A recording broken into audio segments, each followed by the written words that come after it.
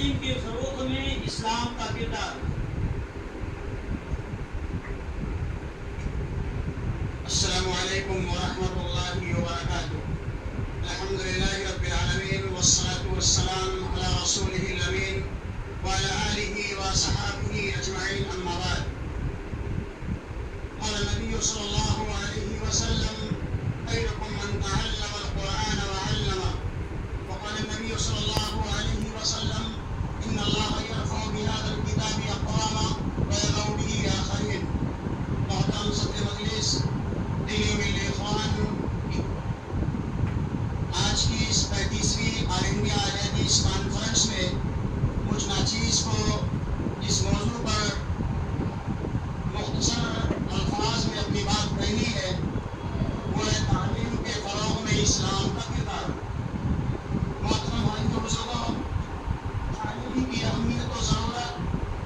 اور زمان مسلم نہیں ہے، چونکہ علم ایک ایسا زیور ہے جس کے ذریعے انسان دنیا کے اندر ترقی کے مناظر طے کرتا ہے، اچھے اور برے کے درمیان تمیز کرتا ہے، حلال و حرام کے درمیان فرق کرتا ہے۔ یہی وجہ ہے کہ اسلام نے علم سیکھنے پر جا بجا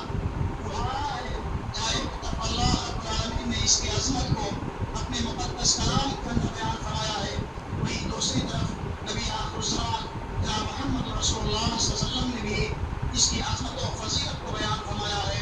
اور امت کو اس بات کی تاکید کی ہے کہ وہ علم دین کو حاصل کریں، خود بھی سیکھیں اور لوگوں کو سکھائیں، اور ایسے افراد دنیا کے افضل ترین لوگ ہیں جو کتاب اللہ کو سیکھتے ہیں، نبی کائنات کی تعلیمات کو دنیا کے اندر عام کرتے ہیں۔ اللہ کے حبیب نے فرمایا: خیرکم من تعلم القرآن وعلمہ،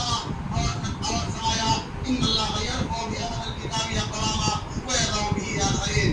محترم بھائیو، آئیے دیکھتے ہیں کہ تعلیم کے فروغ میں اسلام نے کیا کردار ادا کیا ہے۔ تو اس سلسلے میں جب ہم کتاب اللہ اور سنت رسول کا گہرائی اور گہرائی کے ساتھ مطالعہ کرتے ہیں تو ہمیں یہ بات معلوم ہوتی ہے کہ مذہب اسلام نے شروع ہی سے تعلیم کے فروغ میں کافی زور دیا ہے، اور جب بجا تعلیم کی اہمیت کو اور تعلیم کو سیکھنے اور سکھانے والوں کی عظمت و فضیلت کو بیان فرمایا ہے۔ حجۃ الوداع کے موقع پر اللہ کے رسول نے 1 لاکھ سے زائد صحابہ کرام کو خطاب کرتے ہوئے فرمایا تھا کہ بلغوا عنی ولو آیا، اور اسی طرح سے تعلیم و تعلم کے حوالے سے اللہ کے رسول اور صحابہ کرام کی سیرت کا مطالعہ کرتے ہیں تو ہمیں یہ پتہ چلتا ہے کہ اللہ کے رسول کو جب نبی بنایا گیا اور جب آفاقی پیغام نازل ہوا تو اللہ کے رسول نے اس کے بعد سارے عالم نے چوری چھپے صحابہ کرام کی ایک جماعت کو کتاب اللہ اور سنت رسول کی تعلیمات سے روشناس کراتے رہے، اور اسی طرح سے ہجرت مدینہ سے پہلے دار ارقم یہی اسلام کی پہلی دینی درسگاہ تھی جہاں صحابہ کرام کو کتاب و سنت کی تعلیمات دی جاتی تھی، اور ان کے ایمان عقیدہ کی اصلاح کی جاتی تھی، اور شرک و بدعت نیز بت پرستی کی غلطوں سے انہیں روکا جاتا تھا۔ اسی طرح سے ہجرت مدینہ سے پہلے اپنے ثانیہ کے بعد پہلے یثرب کو کتاب اللہ اور سنت رسول کی تعلیم کو دینے کے لیے اور اسلام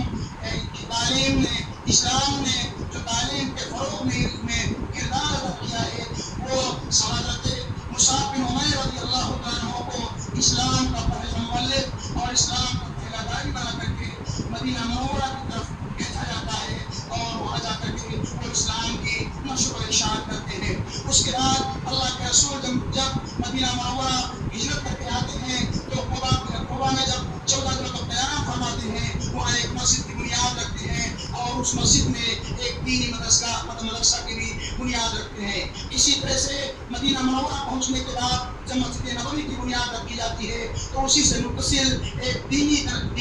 اسلامی درسگاہ کی بنیاد رکھی جاتی ہے جسے صفہ کے نام سے جانا جاتا ہے، جس میں صحابہ کرام کو اللہ کے رسول دین اسلام کی تعلیمات سے روشناس کراتے ہیں۔ یہ وہ مختصر کلمات ہیں جس کو میں نے اختصار کے ساتھ آپ کے سامنے بیان کیا ہے، اور دسویں بدر کے موقع پر اللہ کے رسول نے یہ شرط لگائی تھی ان کفار کے لیے کہ جو لوگ مدینہ کے 10 لوگوں کو لکھنا پڑھنا سکھا دیں وہ ان کی آزادی کا پروانہ ہوگا۔ اس پہ اللہ کے رسول تعلیم کی اہمیت جانتے تھے، لہٰذا آج کے اس فتن دور میں ہماری یہ ذمہ داری بنتی ہے کہ ہم اسلام